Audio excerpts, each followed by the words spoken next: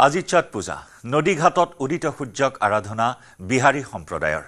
নিখাৰে পৰা আজি পুৱালৈ লোকাৰণ্য হৈ পৰিল ৰাজ্যৰ নৈ ঘাটসমূহ মহানগৰীৰ ব্ৰহ্মপুত্ৰৰ ঘাটতো মাংগলিক ৰীতি নীতিৰে সূৰ্য দেৱতাক আৰাধনা ভক্তৰ পাণ্ডু পৰ্টত ছট পূজাত অংশগ্ৰহণ কৰিলে মুখ্যমন্ত্ৰী ডক্টৰ হিমন্ত বিশ্ব শৰ্মাই ব্ৰহ্মপুত্ৰ ঘাটত ভক্তক শুভেচ্ছা জনালে মুখ্যমন্ত্ৰীয়ে পাণ্ডু ঘাট আৰু পাণ্ডু কলনীত ছট পূজাত অংশগ্ৰহণ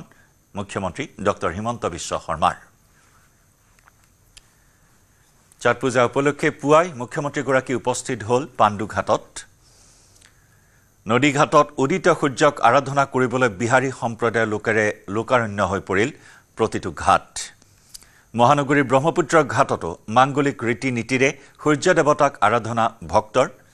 এয়া পাণ্ডু পৰ্টত ছট পূজাত অংশগ্ৰহণ কৰিলে মুখ্যমন্ত্ৰী ডক্টৰ হিমন্ত বিশ্ব শৰ্মাই ব্ৰহ্মপুত্ৰ ঘাটত ভক্তক শুভেচ্ছা জ্ঞাপন কৰে মুখ্যমন্ত্ৰীয়ে একেদৰে পাণ্ডু ঘাট আৰু পাণ্ডু কলনীত ছট পূজাতো অংশগ্ৰহণ মুখ্যমন্ত্ৰীৰ